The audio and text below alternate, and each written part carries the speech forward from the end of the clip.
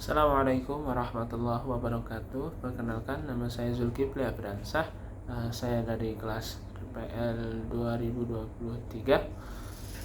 Saya akan membahas sedikit mengenai salah satu aliran filsafat, yaitu aliran utilitarianisme. Utilitarianisme adalah sebuah aliran dalam filsafat etika yang mendasarkan nilai moral pada konsekuensi atau hasil dari tindakan. Prinsip utama dari utilitarianisme ini adalah bahwa tindakan yang benar atau moral adalah tindakan yang menghasilkan akibat atau konsekuensi yang paling banyak meningkatkan kebahagiaan atau kesejahteraan bagi sebanyak mungkin orang-orang. Saya tertarik dengan salah satu filsafat ini karena dia memiliki ada beberapa prinsip-prinsip dari utilitarianisme ini. Yang pertama, dia memiliki prinsip kemanusiaan. Utilitarianisme menekankan bahwa kebahagiaan atau kesejahteraan manusia merupakan nilai tinggi yang harus diperjuangkan dalam mengambil keputusan moral. Yang kedua, memiliki prinsip sosialisme. Moralitas tindakan dinilai berdasarkan akibat atau konsekuensi yang dihasilkannya. Tindakan yang menghasilkan akibat yang paling banyak meningkatkan kebahagiaan dianggap sebagai tindakan yang moral. 3. Prinsip utilitas atau utilitas bruto.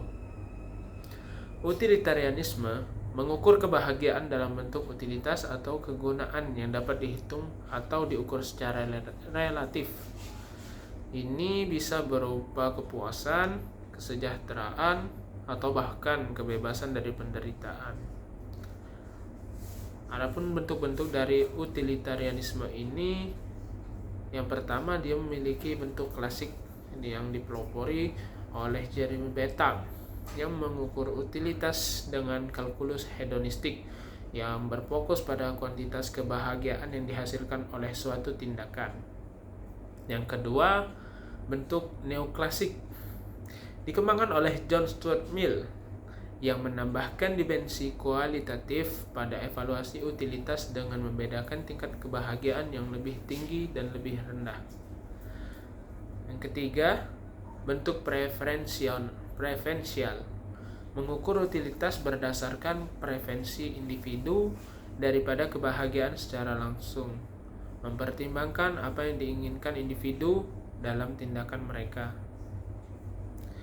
Adapun kritik-kritik yang saya dapati dalam aliran utilitarianisme ini, yang pertama, subjektivitas kebahagiaan, di mana penilaian terhadap apa yang meningkatkan kebahagiaan atau kesejahteraan bisa sangat subjektif, tergantung pada nilai-nilai dan preferensi individu.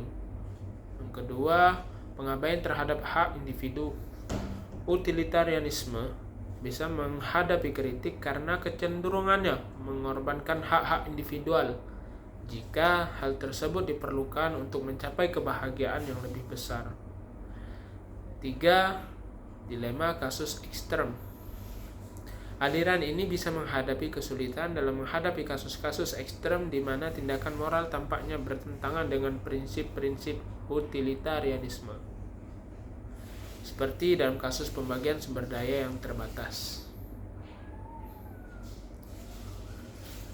Penerapan daripada utilitarianisme ini sering digunakan dalam konteks pengambilan keputusan kebijakan publik, penilaian etika dalam bisnis, dan analisis moral dalam kehidupan sehari-hari. Meskipun kritik yang dituju padanya, utilitarianisme tetap menjadi salah satu aliran etika yang paling banyak berpengaruh dalam filsafat moral modern karena pendekatannya yang sistematis dan fokusnya pada konsekuensi tindakan. Untuk menjawab secara sistematis mengapa sebuah aliran atau pandangan filsuf menarik bagi saya, sebagai contoh, adapun kelebihan yang saya dapatkan daripada aliran utilitarianisme ini, yang pertama itu memiliki prinsip kemanusiaan, di mana utilitarianisme menempatkan kebahagiaan dan kesejahteraan manusia sebagai tujuan utama moralitas. Pendekatan ini menarik karena fokusnya yang kuat pada peningkatan kualitas hidup manusia. Yang kedua, dia bersifat kesederhanaan. Prinsip utama utilitarianisme memaksimasi kebahagiaan, meminimasi penderitaan, relatif sederhana dan mudah difahami. Yang ketiga, fleksibilitas. Dalam konteks etika terapan, pendekatan utilitarianisme memungkinkan untuk penyesuaian situasional yang lebih besar dibandingkan dengan sistem etika yang lebih kaku. Selain kelebihannya, ada juga beberapa kekurangan daripada aliran utilitarianisme ini. Yang pertama, penilaian yang subjektif. Menentukan apa yang membawa kebahagiaan atau mengurangi penderitaan dapat bersifat subjektif dan sulit diukur secara objektif. Hal ini bisa menyebabkan interpretasi yang bervariasi dan aplikasi yang tidak konsisten. Kedua, ignorance individual rights. Kritik terhadap utilitarianisme termasuk pengabaian terhadap hak-hak individu jika memaksimalkan kebahagiaan kolektif yang mengharuskannya. Ketiga, dilema kasus ekstrem.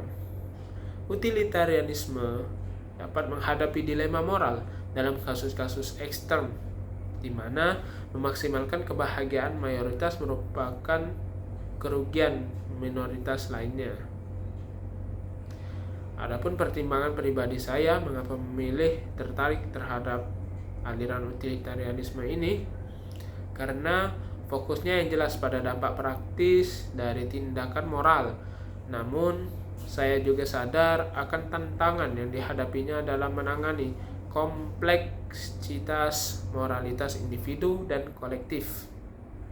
Dengan pendekatan ini, saya dapat menggambarkan alasan kenapa aliran atau pandangan filsuf tertentu menarik bagi saya, sambil mengidentifikasikan kelebihan yang menarik dan kekurangan yang perlu dipertimbangkan dalam konteks filsafat dan aplikasinya dalam kehidupan sehari-hari. Terima kasih. Itulah sedikit penjelasan pandangan daripada saya terhadap salah satu aliran filsafat, yaitu utilitarianisme. Saya akhiri. Assalamualaikum warahmatullahi wabarakatuh.